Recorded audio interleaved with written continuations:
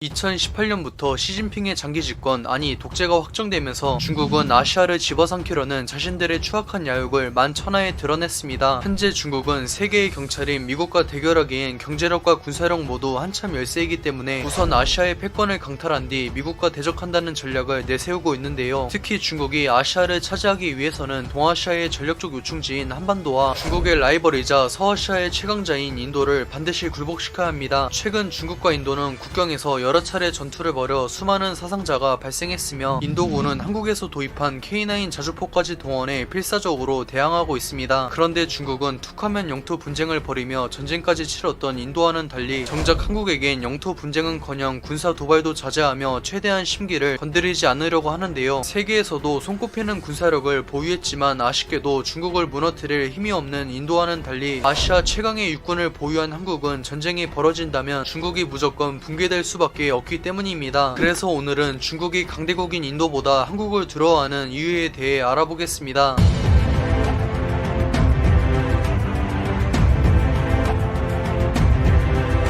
인도는 미국과 러시아 중 어느 편에도 속하지 않는 제3세계 국가들의 맹주로 군림하고 있지만 한국 역시 일본, 중국과 더불어 동아시아를 대표하는 3강이자 최상위 지역 강국이기 때문에 결코 무시할 수 없습니다. 한국과 인도의 국력을 간략하게 살펴보면 한국은 5,178만 명의 인구와 1조 6천억 달러의 GDP를 보유했으며 인도는 13억 7천만 명의 인구와 2조 8천억 달러의 GDP를 보유하고 있습니다. 인구와 영토, 자원으로 대표되는 국가 체급에선 확실히 인도가 한국을 압도하지만 오히려 인구에서 인도의 5% 미만인 5천만 명임에도 GDP의 60%까지 따라잡은 한국이 대단하다고 볼 수 있습니다. 거기다 인도는 저렴한 인건비 때문에 외국 기업이 건설한 생산 공장으로 경제를 연명하는 반면 한국은 세계 최고 수준의 조선업과 제조업, 서비스업을 기반으로 경제가 매우 탄탄합니다. 당장 아시아를 대표하며 세계에서도 내로라하는 대기업인 삼성과 현대가 한국 기업이며 중국, 일본을 제치고 전 세계 선박수지의 80%를 차지한 세계 최고, 최대의 조선업이 존재하는 나라입니다. 무엇보다 중국에게 인도는 자신보다 한 수 아래로 평가받는 강대국 중 하나지만 한국은 마음만 먹으면 언제든 중국을 초토화시킬 수 있는 위협적인 국가로 인식하고 있습니다. 현대전에서 해군과 공군은 전쟁의 승패를 결정짓는 매우 중요한 병과지만 예나 지금이나 타국의 영토를 점령하고 전쟁의 시작과 끝을 책임지는 것은 바로 육군인데요. 나름 세계 5위의 막강한 육군을 보유했지만 그래도 중국의 적수가 되지 못하는 인도와는 달리 무려 아시아 최강의 육군을 보유한 한국은 중국도 전혀 승리를 장담할 수 없는 최악의 강적입니다. 애초에 한국이 중국과 일본, 러시아 등 강대국 집합소인 동북아에서 당당하게 목소리를 낼 수 있는 이유가 여차하면 동아시아 전체를 파멸시킬 수 있는 괴물같은 육군을 보유했기 때문입니다. 전 세계에서 미국과 러시아 다음으로 많은 1600대 이상의 3.5세대 전차를 보유했으며 심지어 미국을 제치고 러시아 다음가는 세계 2위의 포병 전력을 보유한 것이 바로 한국 육군인데요. 여기에 화룡 점정으로 지상전의 제왕이자 현존 최강의 공격 헬기인 아파치 36대를 보유하고 있으며 장기적으로 부품까지 국내에서 제작해 조립하는 방식으로 무려 100대의 아파치를 보유하겠다고 천명했습니다. 이쯤 되면 한국 육군은 사실상 국가를 넘어 한 대륙급의 전력을 보유했다고 해도 과언이 아니며 실제로 유럽 전체의 육군과 맞붙는다면 승리를 바라긴 어렵지만 전멸에 가까운 엄청난 피해를 강요할 수 있습니다. 물론 중국 육군이 물량에서 한국 육군을 두세 배의 차이로 압도하기 때문에 한국이 열세 아니냐고 하실 수 있지만 이미 1990년에 발발한 걸프 전쟁은 압도적인 성능 격차 앞에서 물량 따윈 아무런 의미가 없다는 것을 증명했는데요. 한때 중동 최강이었으며 미군의 3-4배가 넘는 엄청난 물량을 내세웠던 이라크는 자신들의 승리를 호언장담했는데 정작 물량에서 이라크의 30%에도 못 미쳤지만 최신 무기들을 내세운 미군에게 일방적으로 학살당했습니다. 당시 3세대 전차였던 미군의 M1 에이브람스 수백 대는 이라크 육군의 T-72 수천 대와 격돌해 전멸에 가까운 피해를 입히면서 본인들은 단 2대밖에 격파당하지 않았습니다. 당장 중국 육군의 최신 전차인 995은 3세대에서도 하위권으로 평가받기 때문에 세계 최강급 전차인 K2는커녕 그보다 한 수 아래인 K1A2와 K1E1도 격파할 수 없습니다. 애초에 전쟁에선 공격 측이 방어 측보다 전력에서 훨씬 우위에 있어야 한다는 것을 감안하면 한국 육군과 대등 혹은 근소 열세로 평가받는 중국 육군은 이미 전쟁에서 진 것이나 다름없습니다. 무엇보다 한국 육군은 인도는 물론 중국을 압도하는 세계 3위의 미사일 전력을 보유했으며 미사일 미사일 사령부가 마음만 먹으면 중국뿐만 아니라 동아시아 전체를 초토화시키는 것도 충분히 가능한데요. 현재 한국 육군은 현무2 탄도미사일과 현무3 순항미사일을 각각 1000발씩 보유하고 있으며 이마저 언론을 통해 공식적으로 밝혀진 전력이며 실제 보유량은 최소 2배가 넘을 것으로 예상됩니다. 유사시 중국이 한국을 침공한다면 한국 육군은 하늘을 가득 메울 수천 발의 강철비를 한꺼번에 퍼부을 수 있으며 이는 중국군의 방공망을 초토화시키고 중국을 잿더미로 만들기엔 차고 넘칠 정도입니다. 애초에 한국이 국제 여론과 중국의 민간인 피해를 신경쓰지 않고 동기어진을 노린다면 세계 최대 댐인 산샤댐을 붕괴시켜 중국을 확실하게 멸망시킬 수 있습니다. 중국 대륙 한가운데에 위치한 산샤댐의 저수량은 무려 팔당댐 195개에 필적하는데 어떤 이유든 간에 만약 붕괴한다면 높이 70m, 시속 110km의 괴물 쓰나미가 되어 중국 동부를 휩쓸 텐데요. 불행인지 다행인지 중국의 동북지방은 인구의 70%가 넘는 10억 명 이상이 거주하고 있기 때문에 베이징을 제외한 중국의 모든 대도시들이 초토화될 것이며 사망자도 수억 명대에 달할 것으로 예상됩니다. 결국 중국으로서는 고작 5천만 명의 인구를 보유한 한국과 전쟁을 벌이면 14억 명의 인구를 보유한 인도와 대등 혹은 그 이상의 피해를 강요당하니 한국을 두려워할 수밖에 없습니다. 한국은 더 이상 주변국들에게 휘둘리던 힘없는 약소국이 아닌 세계에서도 내로라 하는 강대국이자 동아시아를 대표하는 맹주로 전 세계에 인정받고 있습니다. 시청해주셔서 감사합니다. 즐거운 저녁 보내세요.